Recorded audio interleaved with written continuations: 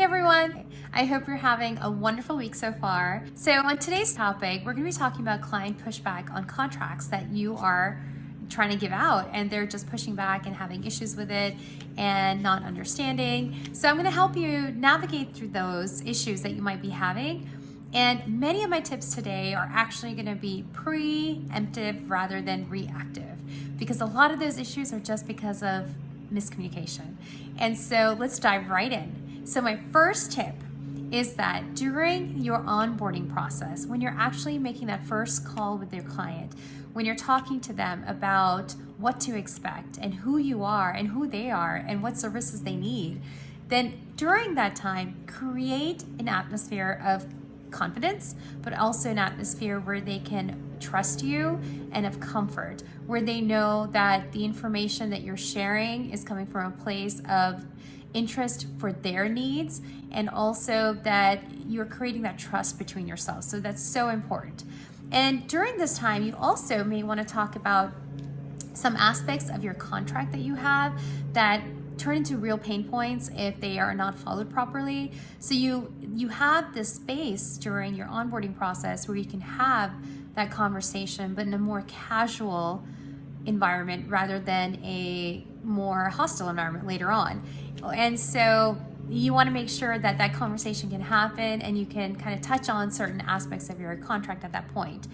And those are pain points that you might be getting and having later on, but later on they turn into disputes. So it's better to just kind of talk about them right now so that when they do get it in their contract and when they do read it, when you send over the contract, they're not surprised by it.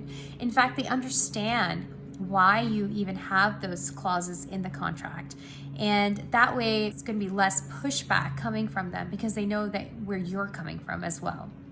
And so my tip 2 kind of goes hand in hand with number 1, which is a welcome packet. So a lot of companies and businesses use welcome packets where once they know that someone's about to sign on with them, they send them a welcome packet to tell them, hey, this is how things are done. And so those welcome packets may or may not go before the contract is signed. And so you could also send an email kind of recapping the conversations that you had and also recapping certain expectations that you have in the business relationship that you're getting into, what your client should expect from you and what you should expect from your client. And just kind of like just setting the tone of that relationship, but in a non-contractual way. So that way you can again address certain issues that you will be covering.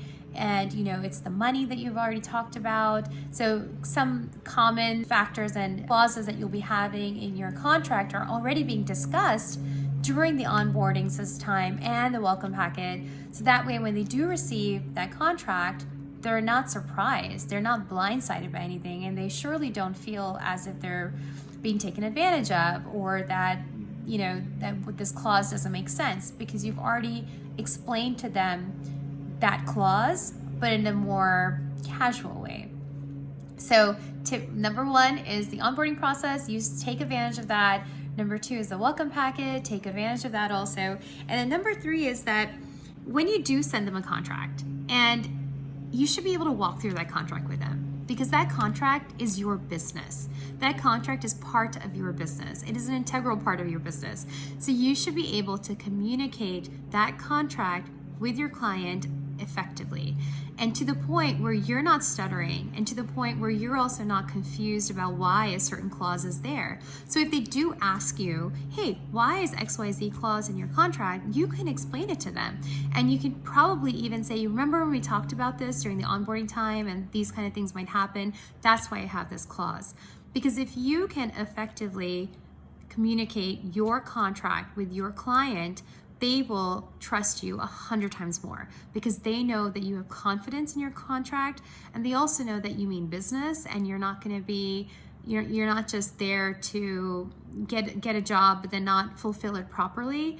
And so they really, that trust, that confidence that they gain through just that walking through the contract process is so essential. So if you walk through it with them or send it out to them and then say, if you have any questions, please ask me, because I'm here to help. I'm here to answer the questions.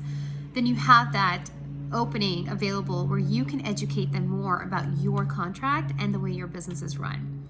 Now, don't be surprised if somebody sends you something back and maybe they edited or something. So, the contract itself, going back to the fact that there should be no surprises, and going to number 4 is that the contract should reflect the understanding of both parties. And it should not be really biased towards one party only. It should protect both parties equally or as well as possible, because you don't want to have a contract that is so one-sided that in the event it goes to court, the judge is going to be like, this is a one-sided contract. It's clearly written by one side. The other side couldn't even give their opinion. So you don't want situations like that. You want a situation where the client understands what you're doing, that whatever the understandings between the two parties are during the onboarding process, during the welcome packet, during any conversations that you have, all of that's reflected in the contract, because then there's no surprises. Then they don't feel blindsided and they feel secure in the relationship to move forward. And so there might be some, boilerplate, topics that are, or clauses that are in your contract, but you can effectively communicate that with your client. Then they will trust you and they will feel more comfortable getting into that contractual relationship with you as well. So number 1 is the onboarding process. Number 2 is your welcome packet. Number 3 is that you should understand your contract. You should know what you're saying. You should know what you're communicating and why you even have it in your contract. And number 4 is that the contract itself should reflect the understanding of both the parties, and it should not be a surprise, because the contract is literally just, hey, we've talked about this, we're agreeing to it, and we just want to make sure that it is now effectively agreed upon and everybody is on the same page and expectations are being handled as well. Now, in the process, if there's too much pushbacks, that takes me to number 5. Too much pushback is happening and they're just trying to literally just change your entire contract and just red mark it all the way, or just keep going back and forth with you, then you really need to sit down and think about whether you really want them as a client also, because sometimes they just might not be a good fit and that just might be a red flag also. So keep that in mind. Not everyone can be a client, but then also keep in mind that negotiations are possible and negotiations can happen, and it's okay to negotiate a contract because it's not set in stone. So you can definitely negotiate. You can negotiate and the other side can negotiate too. So I hope this was helpful. Let me know what you think, and if this was helpful, share with somebody else that can benefit from it as well. Thank you so much, and I'll catch you later this week on Law Chat on Thursday. Bye.